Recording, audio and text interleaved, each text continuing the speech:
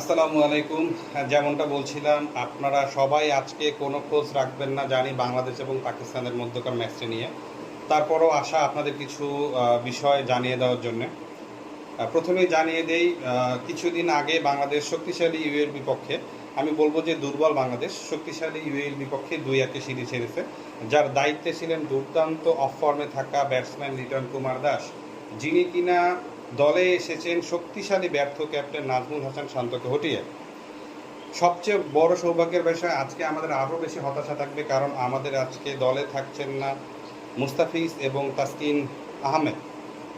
তাদের জায়গায় আজকে দলের পেস বোলিংয়ে নেতৃত্ব দিবেন সবচেয়ে খরুচে বলার তানজিম হাসান সাকিব। তো আমরা ধরেই নিতে পারি যে বাংলাদেশ আজকে আমাদের কী পরিমাণ হতাশায় ডোবাবে। সো এই হতাশাকে সঙ্গে নিয়ে আজকে আমরা দেখব লাহোরের গদ্দাফি স্টেডিয়ামে কত রানে বা কত উইকেটে পরাজিত হতে পারে বাংলাদেশ। পাকিস্তানের জন্য একটি দুঃখের খবর রয়েছে, পাকিস্তানের টিমে শাহিন শাহ আফ্রিদি, বাবর এবং রিজওয়ান আজকে দলে নেই।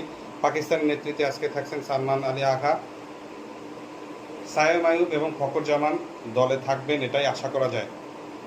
কথা হচ্ছে কিভাবে বাংলাদেশ আজকে হারে, আমরা সেটা দেখব, এবং আরও একটি রাত আমাদেরকে কি পরিমাণ হতাশা তারা দিতে পারে।